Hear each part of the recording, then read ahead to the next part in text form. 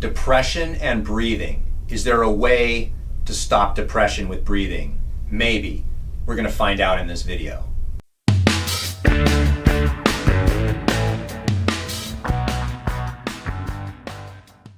My name is Dr. Story. I've been a chiropractor for over 23 years. I'm going to give you realistic advice based on my experience. Sometimes I'll go into the room, walk into the room with my chart and say, okay, Mrs. Jones, what's bothering you today? And they'll say, I'm just so depressed. And I usually have to tell a patient, well, I'm a chiropractor, so we don't really focus our practice on depression. Maybe you should see your doctor. And they say, well, I've already been there and they just give me medication. And I say, okay, well, maybe we can refer you to a counselor, someone to talk to.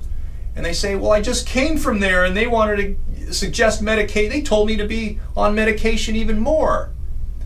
And I'm sitting there thinking sometimes, maybe this isn't working.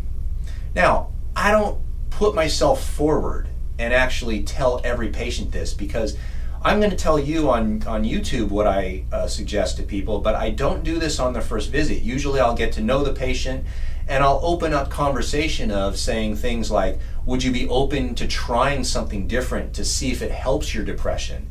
If a person says, I don't know, I'm not sure, well, I don't know, I'm not sure means no. But if a person says, yes, I want to try something different, I'm sick of this, then we proceed and I'll talk to them about deep breathing. Now, there's been a tremendous amount of research on cardiovascular exercise and depression.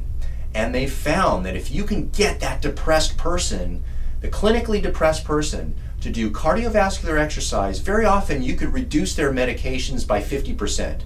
Sometimes, in some cases, you can reduce it altogether.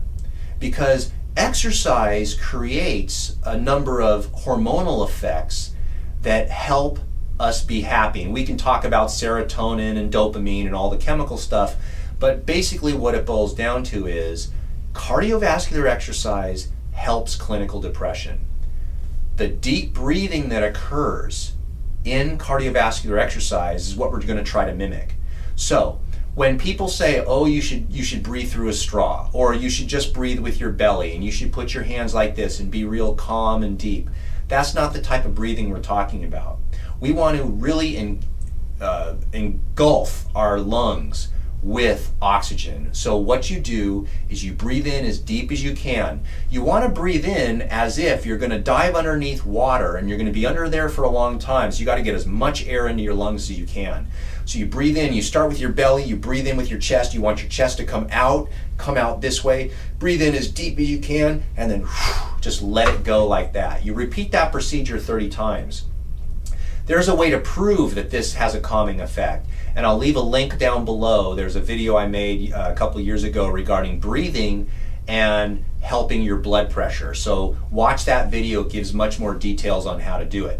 But there is a link between deep breathing, cardiovascular exercise, and blood pressure. So if you have found deep breathing to be helpful, let me know in the comment section. If you found something else to be helpful for your clinical depression, let me know in the comment section below. Give me a thumbs up, hit the subscribe button, share this on social media like Facebook, Instagram, and Twitter, and I greatly appreciate it.